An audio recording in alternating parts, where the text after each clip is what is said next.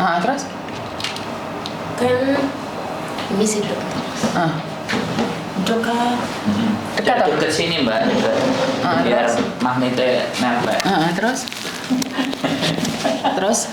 Permasalahan aku keluar dari majikan itu karena majikanku yang cowok, singsangnya itu agak sedikit punya gangguan mental gitu.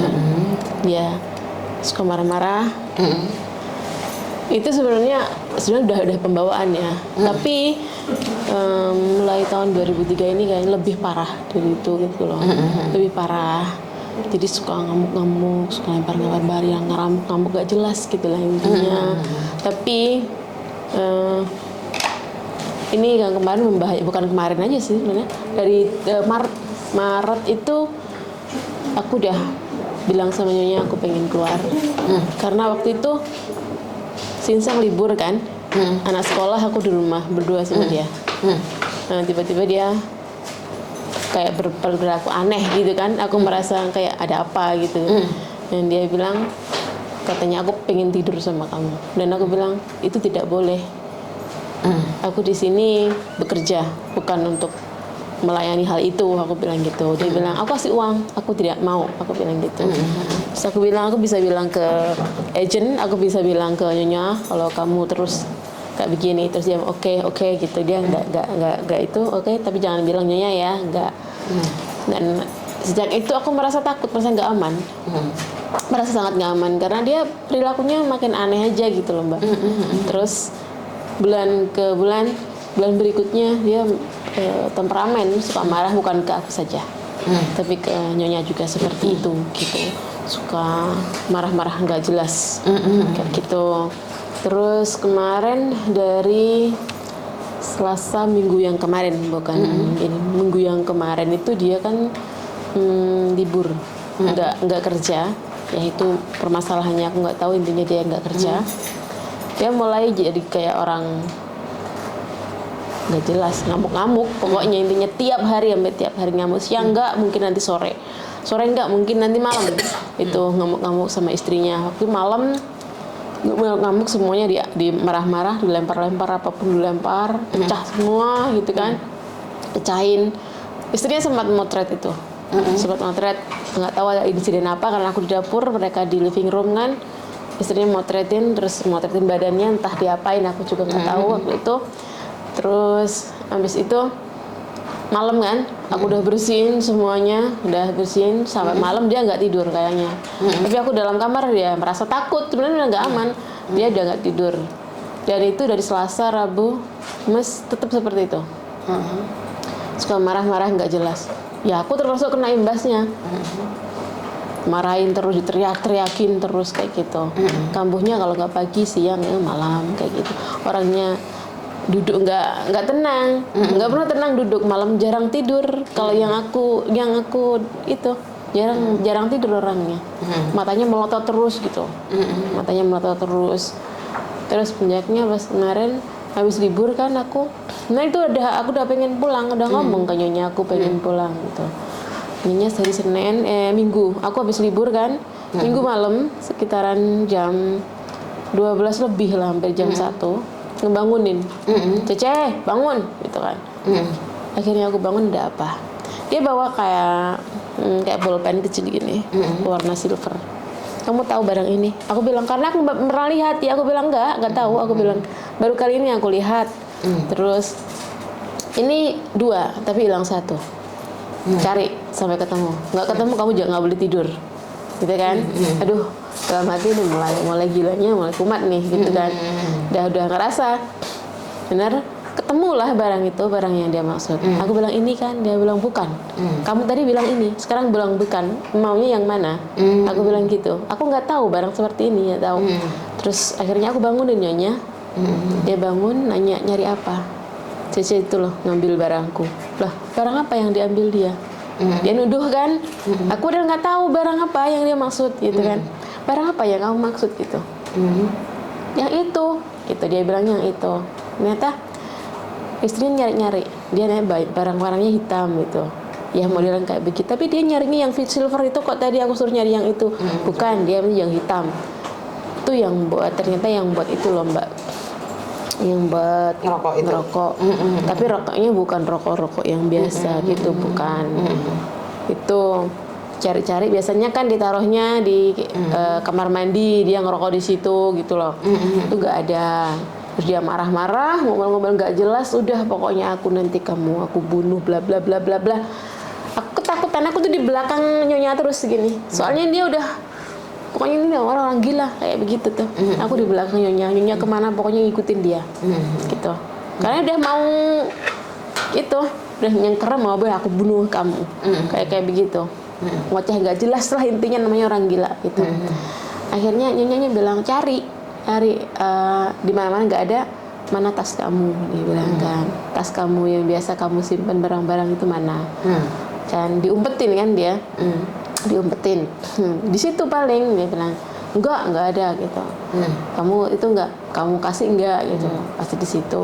Terus udah lama nyari nggak ketemu kan, dia sendiri emang yang ngumpetin, ternyata yang nemu ada barang itu, ada diambil. Habis itu kan dia lagi marah kan, deketin aku, kamu mau ini kan gitu. Tapi itu bentuknya bukan yang itu, yang stick rokok, bukan kayak cairan gitu loh segini Mbak. Mau ini kan, pegang, aku nggak mau pegang. No, aku bilang gitu, aku nggak mau pegang. Kasih ini, kamu mau ini kan, kamu pengen ini kan, ini harganya mahal. Dia yang ngomong ngoceh-ngoceh kayak begitu. Aku nggak mau. Terus sambil ketawa-ketawa tuh dia berdiri. Cece itu nggak ngerti itu apa gitu kan. Udah ngocehnya nggak jelas. Cece, yuk tidur yuk sama aku, ayo peluk aku. Kayak ngomong-ngomong kayak begitu. Ada istrinya itu, gitu kan. Aku udah nggak mau tanggepin omongan gilanya dia tuh. Aku diem aja. Pandang aku kalau pandang dia akan marah. Ngelihat dia tuh dia marah. Kenapa kamu ngelihat aku? Tapi kalau nggak ngelihat dia, aku ngelihat yang lain, dia juga marah. Namanya juga orang gila udah gitu. Akhirnya udah kayak gitu, istrinya nenangin lah intinya, udah ayo kita tidur, ayo kita apa. Jadi dia nggak bisa tidur. Aku disuruh tidur kan, udah tidur aku kunci pintu itu, aku kunci sekitar jam 2. Tapi dia nggak tidur, dia itu nggak tidur, kayak mondar-mandir kesana kesini, buka pintu depan, pokoknya dia nggak tidur sampai pagi. Aku merasa nggak nyaman, udah terancam banget gitu pokoknya. Oke. Udah dari cerita sampai nih setelah 7 menit, sorry aku potong, karena kalau dengerin ceritanya 2 tahun sampai tinggal di majikan, 1 jam nggak cukup. Pertanyaan saya adalah, saat kamu mengatakan mereka gila nih, saya percaya dengan jenengan, ada buktinya nggak? Setidaknya rekaman atau video? Satu aja. Kalau rekaman aku ada, tapi ini yang rekaman yang paling itu sebenarnya nggak bisa aku dengar, nggak ngerti kenapa. Tapi ada beberapa rekaman yang bisa didengar. Ini yang paling bawah ini nggak bisa didengar. Yang bisa didengar ya, Mbak? Yang bisa didengar tadi omongannya dia kan nggak jelas ngomongnya, kayak ngalor ngidul gitu loh. Yang mana satu? Yang paling akhir itu yang paling bawah itu nggak bisa didengar, nggak tahu kenapa itu, padahal di situ dia ngomong banyak hal, yang mau bunuh aku lah, yang mau apalah gitu, di situ ada. Kalau yang pertama itu, yang paling atas itu udah mau selesai, udah mau kelar tuh, barangnya udah ketemu gitu.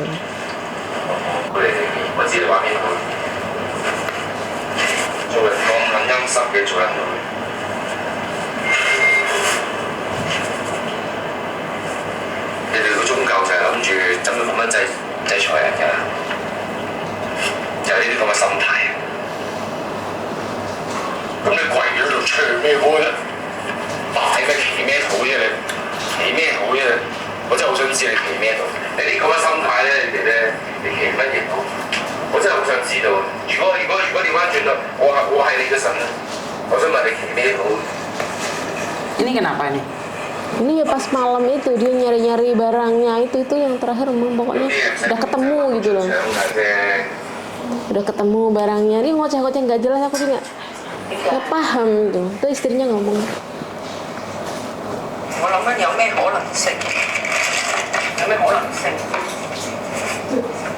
Itu istrinya ngomong sama dia.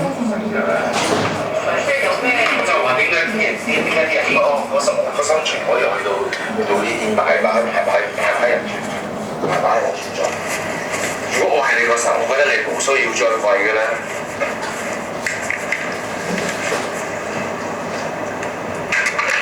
心態講嘢，心態啊，有幾咁有幾咁，真係要幾咁，真係要幾咁。跟住我知你仲可以喺面前咁嚟咗我。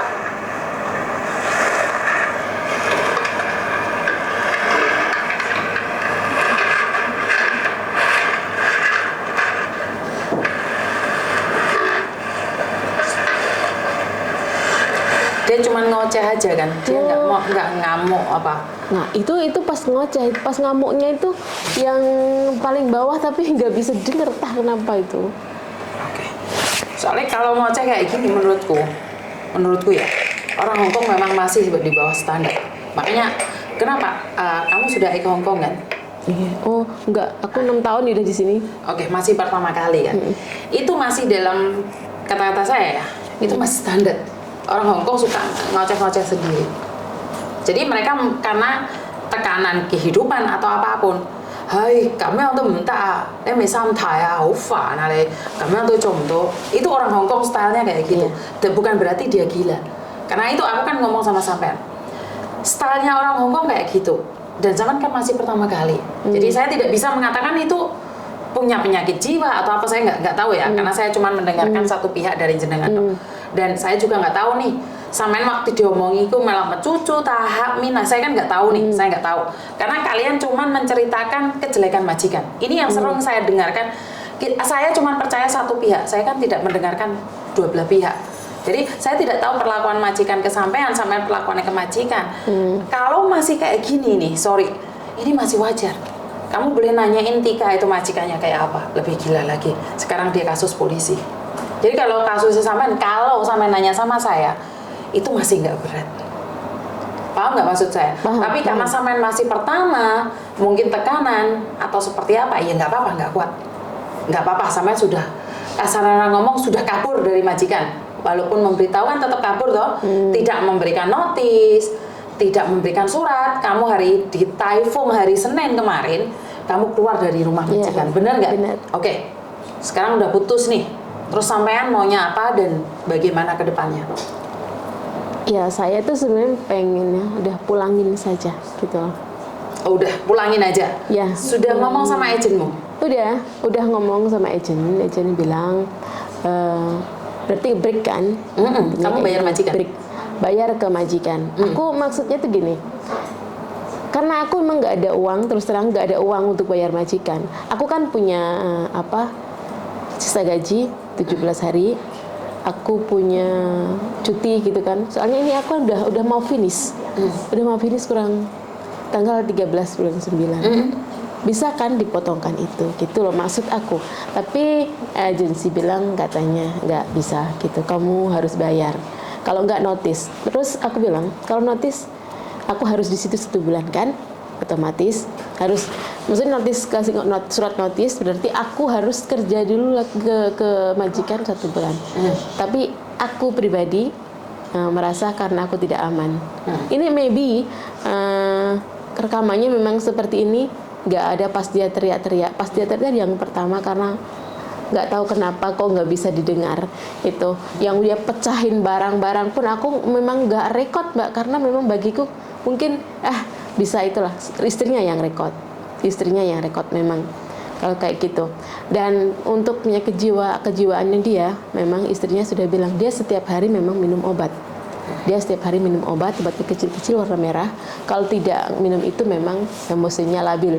Dari awal aku datang, ketika dia marah-marah, istrinya memang ngasih tahu dia punya masalah dengan kejiwaannya. Jadi dia setiap hari harus minum obat. Obatnya selalu ada gitu. Oke, seperti yang saya katakan nih, tentang majikan sudah berlalu. Saya tidak akan ngungkit lagi nih, sudah dengar ceritanya. Tapi maunya sampean kan ngebreak. Dan ini terbentur dengan peraturan. Bener nggak sih? Dan ini negara orang, sampean boleh hari ini keluar nggak ada masalah. Tapi ya itu taati peraturan juga. Jadi kalau sampean nggak punya uang, saya bisa bilang nih, sombong dong. Uang nggak ada, tapi udah keluar duluan. Giliran diminta uang, suruh motong ini. Ini salah mbak. Peraturan nggak seperti itu. Paham nggak maksudku? Saya keluar, saya bayar. Hitungan kita hitungan lagi. Nah, ini adalah cara sampean bagaimana mencari uang tersebut. Cari uang tersebut untuk mengganti majikan. Nah, majikanmu masih punya utang 17 hari plus cuti tahunan. Biar mereka bayar. Dan sekarang yang perlu kamu tuh cari adalah uang dulu. Plek uang, hitung-hitungan. Itu baru benar. Tapi kamu nyokot sana nyokot sini, ambil sana ambil sini, kan ribet, Mbak. Bener nggak secara logika nih kalau saya ngomong? Jadi kamu mau nggak mau ya resikomu dong, kamu harus bayar orang. Tidak boleh, kan saya masih punya cuti tahunan, kan saya masih 17 hari, potong dong situ.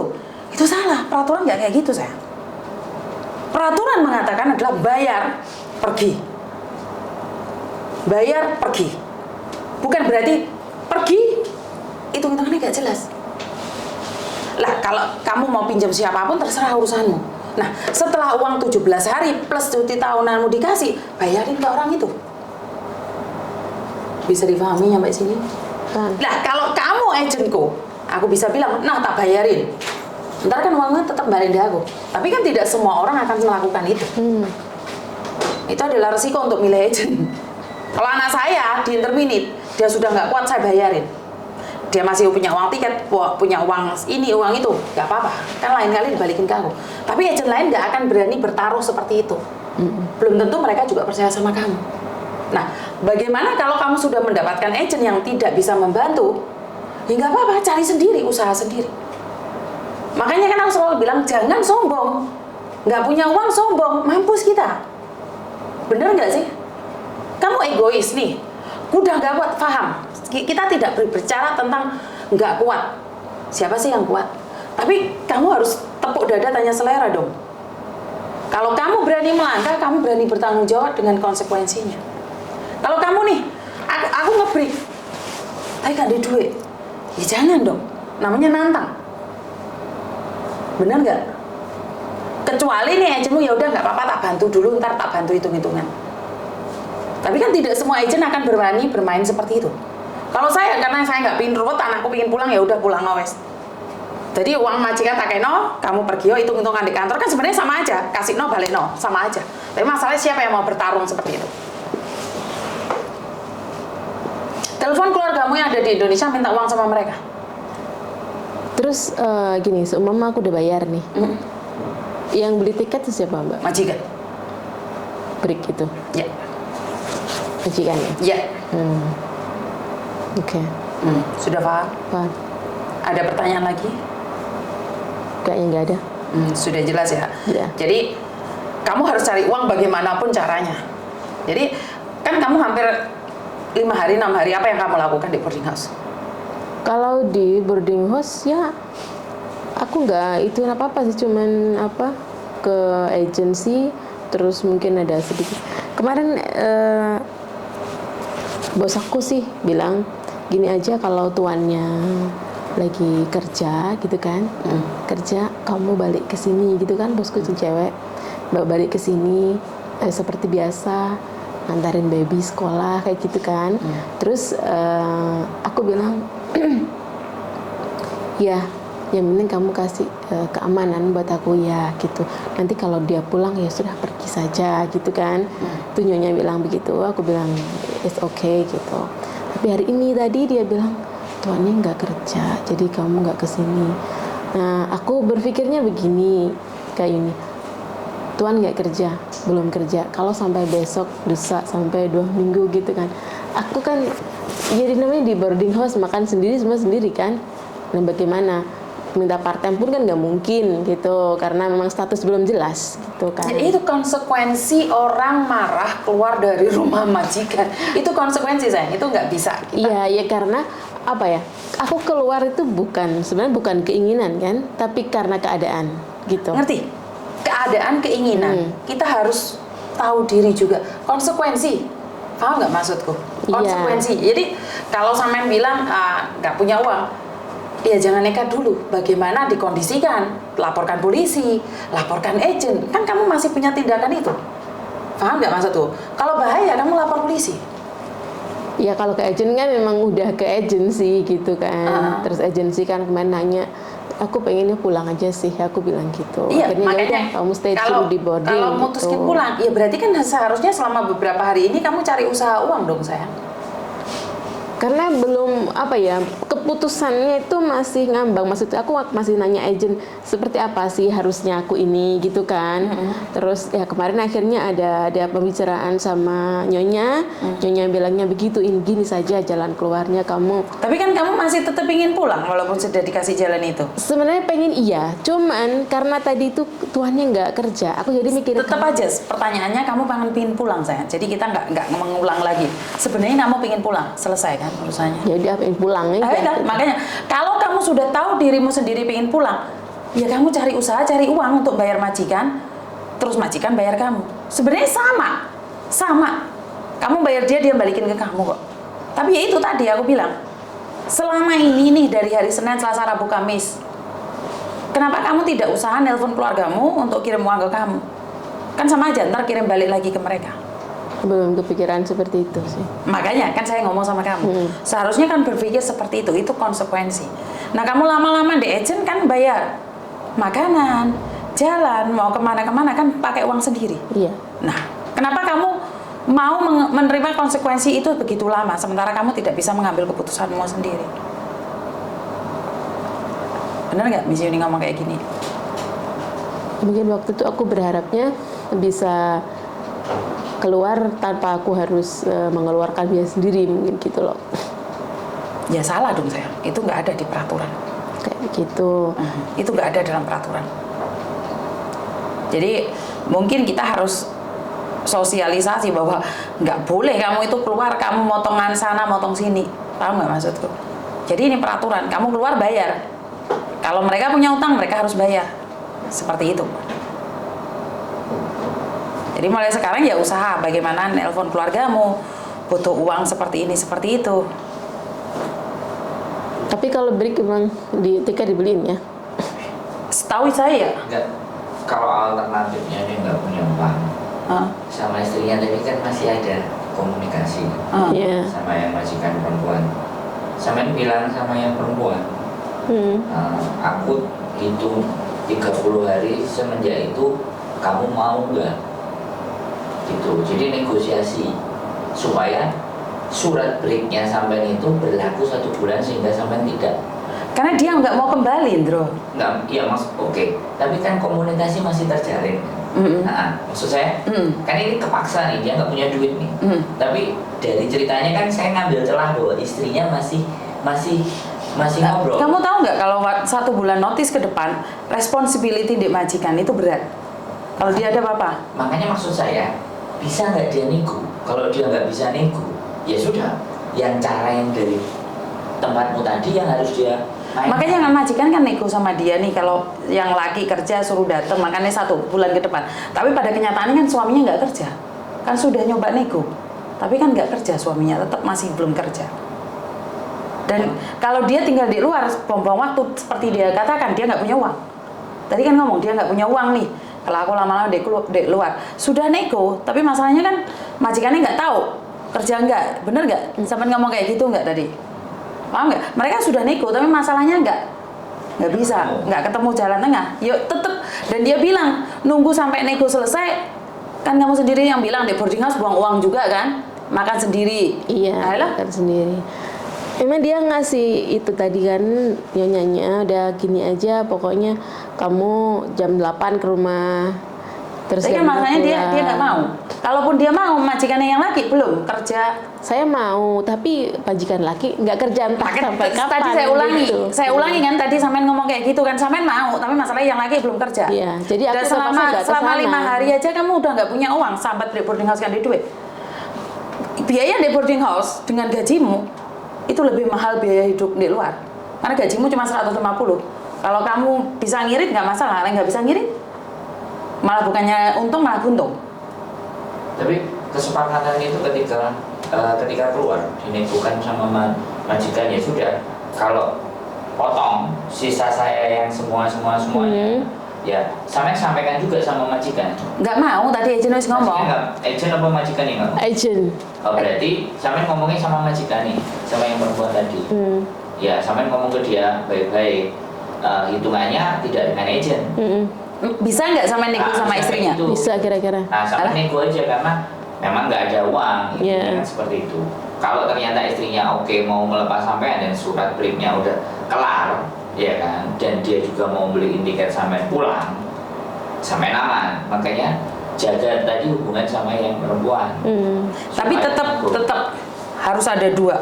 Satu jalan tadi, yang kedua tetap harus disiapin uang. Nah, itu plan B, plan A. Plan A, plan B. Jadi negosiasi nggak kelar, kamu harus punya uang. Jadi kamu 5 hari di luar sia-sia. Nggak ada gunanya kamu 5 hari sia-sia di luar. Jadi kamu harus ada plan A, plan B. Negosiasi nggak bisa, kamu harus nyiapin uang. Bayar, pergi. Karena kalau dipikir kamu cuma punya waktu liburan tahunan, bukan liburan tahunannya 17 hari plus liburan tahunan 13. Terus plus hari 13 hari. Kerjanya 17 plus 13. Berarti hitungannya Iya pas 30 hari. 1 bulan gaji. 1 bulan gaji sebenarnya. Cuman kan majikan tidak ingin seperti itu dan agent tidak mau ruwet. Kan beda oleh anak buahku, tak mau tak bayari tapi lihat hitung sebenarnya bodoh. Tapi kan masalah agent nggak mau ribet. Itu aja. Oke, kalau agent kan pihak ketiga, selama dia bisa didirikan sama majikan kan, menurutku sih fine. Tinggal majikannya lilo. Tinggal kekuatan dia sama agent kuatan mana. Itu aja, kembali lagi kekuatan agentmu sama kamu kuat mana. Ngomong ke majikan, gitu loh. Itu langkah yang plan A-nya ya, plan B-nya yang tadi yang disampaikan. Jadi jangan buang-buang banyak waktu, langsung negosiasi aja. Majikan perempuan ngomong, hitungannya kayak gini bagaimana. Jadi kamu cuma beliin aku tiket, selesai. Iya. Sudah itu. Selesai sebenarnya. Masalahnya nggak akan berlarut sampai hari ini gitu loh. Hari Selasa kemarin kan selesai seharusnya. Kalau masalah aku ngomong tolong Hari beliin, Senin telepon aku. beliin tiket gitu aja itu udah 2-3 kali kali aku ngomong sama bosku, tapi dia bilang nggak pernah respon. Tiket aja aku nggak mau yang lain gitu kan. Berarti majikannya nggak bisa dinego. Berarti kamu harus bayar, Mbak. Tiket aja aku bilang gitu. Kamu harus bayar. Dan kamu nggak pingin ke Hongkong lagi? Kayaknya enggak. Enggak, oke, nggak apa-apa. Kalau memang sudah kayaknya nggak apa-apa gitu loh. Karena kamu kita kan lihat manusianya. Ini takutnya kalau putus asa kan di luar nggak ngerti kan. Bisa ngelakuin A, ngelakuin B, ngelakuin C. Karena ketika kita ngomong kan kita lihat posisi dia ini agak setengah tertekan atau mungkin ada punya masalah yang berbeda. Jadinya kayak wis hopeless gitu. Orang-orang yang hopeless. Nah, aku takutnya kalau nanti di luar ditemu sama temennya atau bagaimana sih nggak tepat gitu loh. Ini nggak apa-apa kalau memang nggak bisa, ya aku sih jalannya mesti rusuh gitu loh. Utang, bayar, baru terus bayar lagi, balik lagi gitu. Tapi kalau misalnya kelempur, tetap dia yang kabur kok. Dia yang keluar sendiri dari majikan pas typhoon kok. ya posisinya kalah sama. Salah, posisinya salah dia. Posisi kalah. Kecuali dia memajikan terus dihantam no piring di foto. Belayu itu beda, itu bahaya. Tapi ini kan nggak dalam bahaya. Bagaimana kamu mengatakan bahaya sementara nggak ada bukti? Paham nggak maksudku? Jadi standar majikan masih. Aku sih tahu bukti-bukti yang aku rekam kemarin. Aku yang satunya nggak bisa. Padahal yang pertama itu memang sangat penting. Jadi mungkin bisa, tapi ternyata nggak jelas, nggak ngerti kenapa dengan HP-ku gitu. Di close aja. Jadi gini, plan A nggak bisa, plan B nggak bisa, sambil kelempur. Posisi sampai memang salah, tapi mau nggak mau dia yang jadi wasitnya lah. Bisa dipahami nggak? Paham. Nah, aku sih aja. pas kabar keluar kemarin kan juga ngomong sama bosku, bos aku keluar, aku ke agensi, jangan khawatir aku kemana-mana, aku bilang gitu. Karena aku kalau kabur nggak ngomong, keluar nggak ngomong pun aku tahu itu salah, gitu loh. Aku tahu salah, makanya aku juga ngomong ke dia gitu. Dia cukup ngerti posisiku, dia cukup ngerti keadaanku. Bosku yang perempuan itu, makanya dia bilang pulanglah, dia udah nggak apa-apa, nggak mungkin gitu. Aku lebih tahu keluarga mereka. Tapi bisa berarti balik ke sana tuh nggak bisa.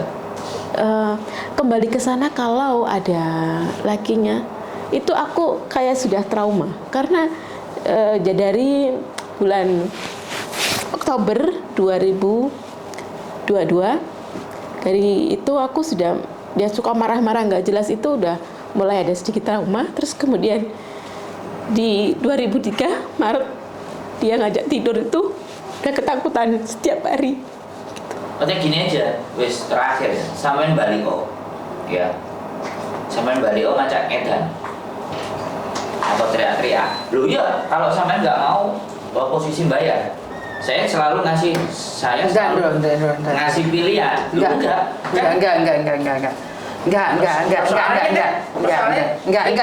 Pikirannya dia kan biar dikeluarin kan. Enggak. Kemajak ngedan masuk rumah sakit jiwa, aku yang susah ntar ditelepon sama dia dari rumah sakit jiwa. Jangan. Kita nggak bisa jadi wasit, Bu. Ngerti, makanya aku udah bilang salah yang terbaik adalah minta uang dari keluargamu kirimin ke sini. Kalau dia teriak-teriak di rumah majikan dipanggil 099, dia dimasukkan rumah sakit jiwa, kelar, bukan majikan yang gila, dia yang gila. Loh, aku ada 3 anak sekarang yang gara-gara teriak-teriak masuk rumah sakit jiwa. Jangan macak gendeng di rumah majikan. Loh guys, kita ngomong duit, berat loh dia. Bukan, berat mana sama kamu masuk rumah sakit jiwa yang ternyata kamu jiwamu nggak apa-apa, Andro. Beratan itu loh. Uang 3.000, 5.000 bisa dibayar. Kowe masuk rumah sakit jiwa 2 bulan kok kan mekungkruk gini loh, Andro. Orang dia ngomong sudah kayak si yang pernah kita bawa. Fatima? Kan dia keluar lagi gitu. Iya, tapi enggak, Andro, enggak. Ini tekanan, Bu. Bukan tekanan, tapi dia bukan gila, Andro. Oke lah, suruh dia cari uang pulang. Paham nggak, Mbak? Nih, kalau sampai nurut sama saya, cari uang pulang. Melo Mas Andro, kamu kok mulia mansikan macak gendeng, telepon rumah sakit jiwa Romulan. Di telepon 99. Telepon 99. Kan nanti pasti diinterogasi kan? Ditanyain. Enggak, rumah sakit jiwa enggak diinterogasi dulu, Ndro. Aku ngeterno ya. Ngerti. Aku diduting-duting sampai rumah sakit. Ngerti, tapi masalah itu dua urusannya polisi surat barang metu aja. Dan dia pernah datang ke sini. Polisi barang golek ya aku nggo. Ojo golek perkara, Ndro. Ojo golek perkara. Wong rene golek solusi malah telepon rumah sakit jiwa lah ketemu yo nggo yo. Kan duit. Kan duit 5 juta cuma 10 juta loh. 5.000 cuma 10 juta loh. Dibandingkan dengan kamu 473 kan gaji standarnya dia kan. enggak apa-apa ngomong aja 5.000, 10 juta dikirim. 10 juta kelar urusanmu. Daripada kamu masuk rumah sakit jiwa 2 bulan loh. Terus gue balik naik duitnya. Kan gajinya tadi itu kan. Iya, lu ngapa macak gendeng lebih baik kan wong Indonesia kan Kan ego sama agennya nggak mau. Nggak bisa. Agennya yang susah. Karena itu milih agent kan aku selalu bilang hati-hati, tapi tahu dari mana agent hati-hati sama enggak? Ya harus ikuti kalian misinya aja. Paham? Berarti gini, aku nanti kalau udah bayar dia, dari mulai tiket, terus kayak sisa gajiku kemarin, sama aku Cuti punya tahunan. itu dia keluarin. Ya, harus wajib. Kalau kamu sudah bayar dan dia nggak ngeluarin, aku yang akan bantu kamu nuntut. Kalau agentmu tidak mau membantu, cuman kamu harus penuhin dulu punyamu sebelum aku menuntut orang lain. Penuhi dulu kewajibanmu baru minta hakmu. Lah kewajibanmu orang mau kayak kabur, bagaimana aku menuntut orang lain? Paham nggak? Harus ada tanda tangan, serah terima, foto dan video. Tidak, kamu tidak boleh menyerahkan ke dia. Suruh datang ke agent, uang kamu pegang, saksinya agent, semuanya kamu bayar, cepret, tanda tangan, dia bayar sama kamu lagi. Kalau seumpama nih, aku udah pegang duit, aku udah ada duit, tapi dia nggak mau gimana coba? Nggak bisa. Harus mau ya? Loh, Tidak bisa. itu hak sampean, Mbak. Kita tuntut ke labor loh. Tuntut ke labor, kalau kamu sudah punya uang tapi dia nggak mau, kamu boleh nuntut dia. Ya, yuk maju. Beda, itu udah beda. Karena kamu sudah memenuhi kewajibanmu. Aku bantu kamu nuntut hakmu. Kewajiban aja nggak dilakoni, kowe macak gendeng ya edan aku, Mbak. Gak mau aku, gak mau bantu. Miss Yuni, yo ora. Aku akan membela orang yang sudah memenuhi kewajibannya. Lah kewajibanmu harus melakoni, aku ate nuntut juga loh. Sukanya udah siap loh, Mbak. Saya siap bantu, tapi jangan kabur Jangan terus. posisi salah. Jangan posisi salah gak wani aku, Bro. Posisi salah, posisi benar. Ngerti nggak? Kalau agentmu nggak mau ngomong sama aku, Mau ke mana? ngerti? Nanti Ada yang lain? biar Ya. Udah paham? Miss Yuni keras loh, Miss Yuni nggak akan lelet. Sekali lagi setelah keluar dari sini keputusan ada di kamu. Kamu mau jadi kaburan, mau apapun terserah. Cuma aku udah bilang, Lek kamu pengen pulang kok. Gak usah macam-macam di Hongkong. Ngerti? Oh ya, paham? Paham, Bang. Ada yang lain lagi? Kayaknya enggak. Ya wes, golek duit saiki. Soalnya kemarin nenek arek tak wamuk guru-guru tiket sore ini dia ngomong, Miss Yuni untung gue tak ngamuk aku. Lah kok iso? Lah kamu amuk aku jadi mikir buntu terus. Mari mu amuk encer utekku jere. Wis mulai Indonesia saiki mah. Ya sama kayak sama. Encer apa bentuk, Mbak? Udah. Lek kurangnya tak amuk meneh. Enggak. Enggak ya. Lah tapi Udah, dunya cukup. kok jadi ngale. Apa? Dunyaku. Eh. Ya wes. Next. Oke.